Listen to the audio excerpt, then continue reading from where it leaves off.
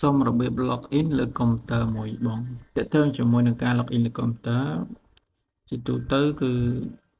បងប្អូនបើក Amplify ឲ្យហើយមកបន្តមកទៀតបងប្អូនចូលមកកាន់ file មើលមក admin ចូលកាន់ file បន្តមកទៀតបងប្អូនចូលមកកាន់បើសិនជាមាន server ស្រះគឺបងប្អូនចុចកន្លែងពាក្យ login to trade ប៉ុន្តែបើអត់មាន server ទេបងប្អូនចុចទៅលើពាក្យ open account open an account ចុចលើហ្នឹងមកជាងកន្លែងនេះគឺយើង search រក server បាទវាលោតឲ្យយើង search រក server អញ្ចឹងបងប្អូនទៅនៅ broker ណាបងប្អូនដាក់ server ក្រុមហ៊ុនហ្នឹងទៅហើយចុចពាក្យ find ឥឡូវឧទាហរណ៍យើងដាក់ថា broker ណាមួយចុះឧទាហរណ៍យើងនិយាយ broker example broker មួយឧទាហរណ៍ broker នេះឈ្មោះ Meta ចុះ Meta យើង search មក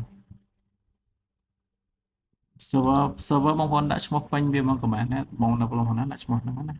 អូខេអញ្ចឹងឧទាហរណ៍ដាក់ meta វា load ឲ្យនេះអញ្ចឹងឧទាហរណ៍ admin យកនេះអូខេយករបស់ meta code មក meta code នេះវាជា server ដើមហ្នឹងអូខេអញ្ចឹងបងប្អូនចុច next មកអូខេចុច next បងប្អូន login បងប្អូនជ្រើសរើសយកពាក្យថា connect with deposit account អូខេអញ្ចឹងបងប្អូនវាយលេខ Amplify វាយ password មកហើយកន្លែងនេះគឺបងប្អូនដោយសារ server ក្រុមហ៊ុនមួយចំនួនមាន server 1 server 2អញ្ចឹងទៅអញ្ចឹងបងប្អូនផ្ទៀងផ្ទាត់ server កន្លែងនេះត្រូវចុចពាក្យ finish មកគឺ login បានហើយអរគុណ